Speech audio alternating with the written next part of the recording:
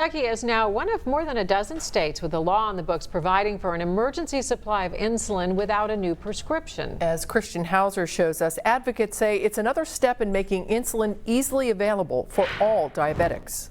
Governor Bevin signed Kevin's law. Angela Lautner from Elsmere is an advocate, but she's also a diabetic. This bill is going to save many, many lives in Kentucky. The bill's sponsor, State Rep Bentley from Russell, says before you could only get a 3-day emergency supply of insulin. This bill gives a 30-day dose emergency of insulin if the person comes into the pharmacy. It also included MDIs, or metered dose inhalers, like for Albuterol for asthma. Now, if you don't realize, asthma can cause emergency status too sometimes. Bentley heard the story of Kevin Houdeshell.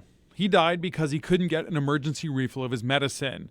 But Bentley has also been hearing from advocates like Lautner. People with type 1 and type 2 diabetes are making this an issue. We're coming to our state capitol. We are telling our stories about how we can't afford insulin and how many barriers there are to accessing insulin. Lautner says Kevin's law is another step forward, but she's going to focus on getting changes to the price of insulin.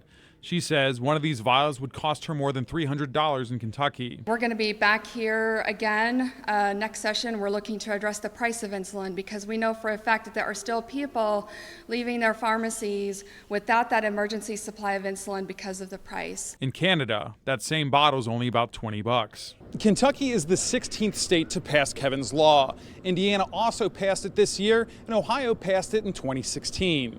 At the Capitol building in Frankfort, Christian Hauser, Local 12 News.